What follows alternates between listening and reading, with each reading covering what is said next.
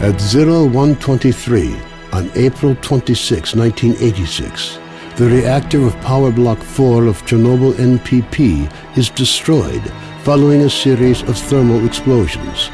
The resulting radioactive cloud moves across the European part of the USSR, Eastern Europe, and Scandinavia, eventually reaching America. The consequences of the disaster are so serious that the government is forced to begin evacuating the residents of nearby towns and villages. A 30-kilometer exclusion zone is created to stop residents from returning to the contaminated area. Despite the disaster, the Chernobyl NPP continues to operate.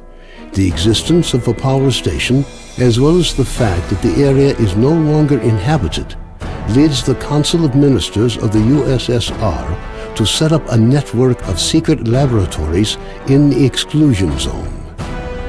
June 11, 2006.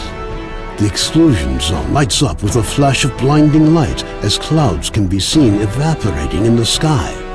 After a moment of complete silence, a peal of thunder shakes the ground.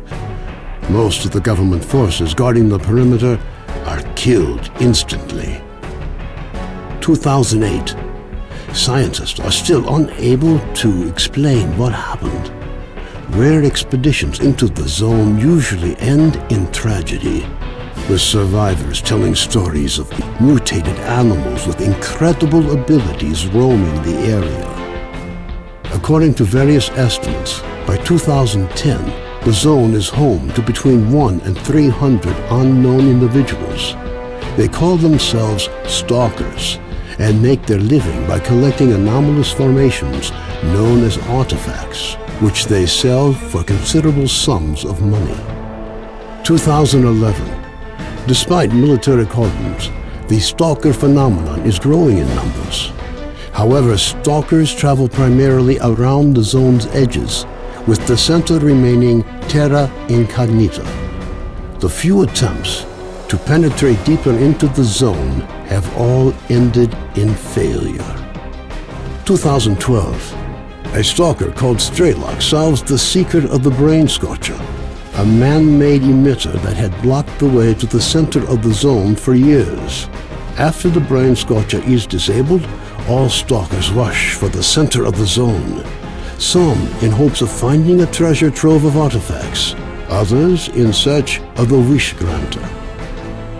The government decides to launch a large-scale military operation. Operation Fairway, as it came to be known, involves using maps of anomaly fields to maneuver helicopters to the CNPP. Despite meticulous preparation, the operation is a failure, and none of the helicopters return from the mission. Major Degtyarev, a USS special agent, is sent into the zone to investigate the disappearance of the helicopters.